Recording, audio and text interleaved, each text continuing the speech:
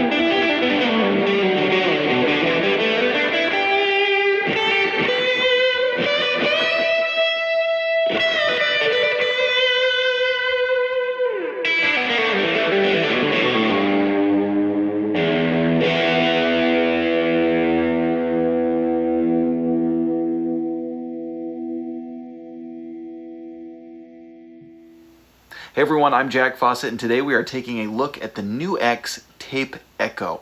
This is a digital model of the famous Space Echo from the 1970s, the Tape Echo machine from there.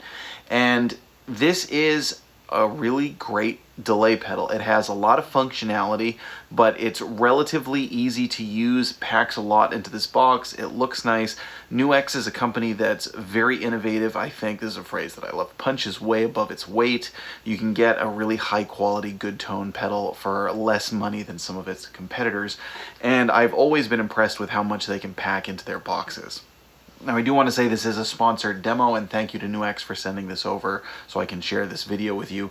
This is one that I was particularly interested in, not just for its classic nature, but also for the fact that it goes stereo, and you are hearing this in stereo today. I'm plugging into two amplifiers, the Supro Royale and a Fender Bleus Jr. Notable things about this: you've got multi-tape heads to choose from, which will show up on the little LED screen right here. Most notably, I want to say about the Space Echo type pedals is that there's an added reverb that you can dial in, an added spring reverb, which is part of the sound. Now, this one gives you bass, treble, time repeat level, reverb. You've got a tap tempo here. You've got your bypass. Also works as a looper, so there's that. Now, the select knob gives you a lot of deep diving control, but still in a very easy way, right? You know, it doesn't take... I didn't read the manual, and I'm not good with overly detailed technical stuff, and I figured this out on my own. So using the select knob, which also push-pulls and turns, you can go through a number of different settings, including tape saturation and then getting into the wow and flutter. So you can get that modulated delay tone if you want, and, you know, kind of set it through there.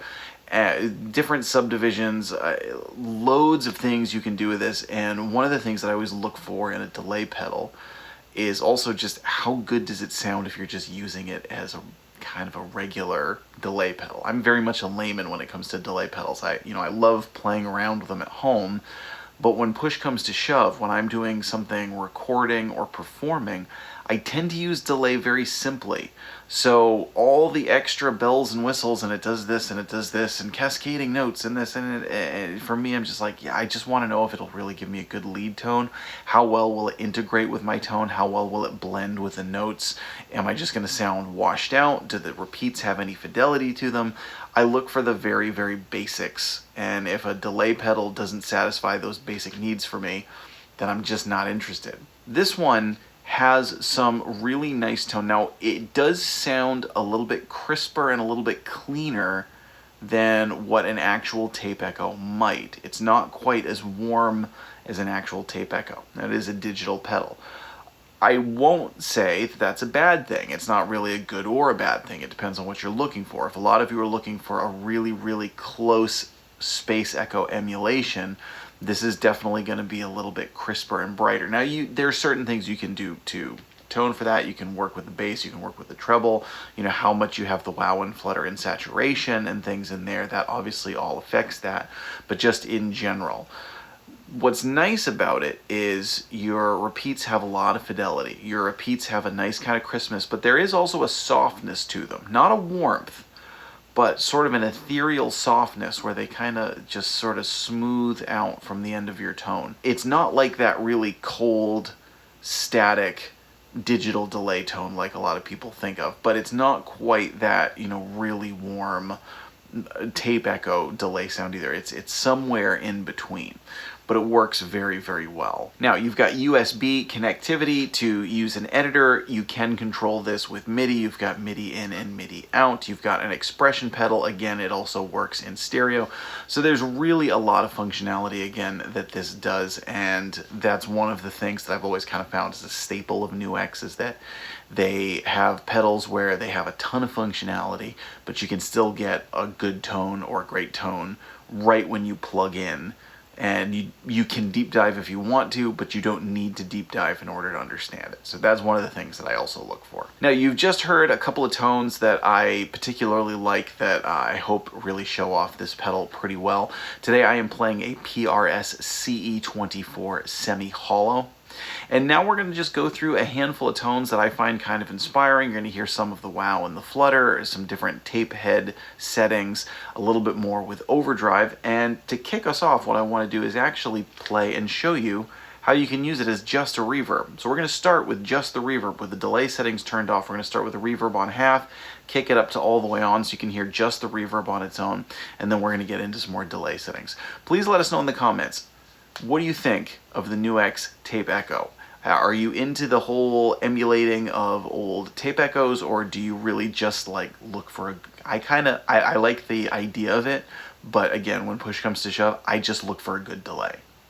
And if a good delay is digital, if a good delay is a tape emulation, if it's an analog, whatever it is, as long as it gives me a good delay tone that integrates well with my sound, it gives me some options, that's really what I look for. This one is really cool. It's got good style, great value. So let us know in the comments, what do you think? I'm Jack Fossett. Please remember to like, share, and subscribe, and I hope you enjoy the rest of the video.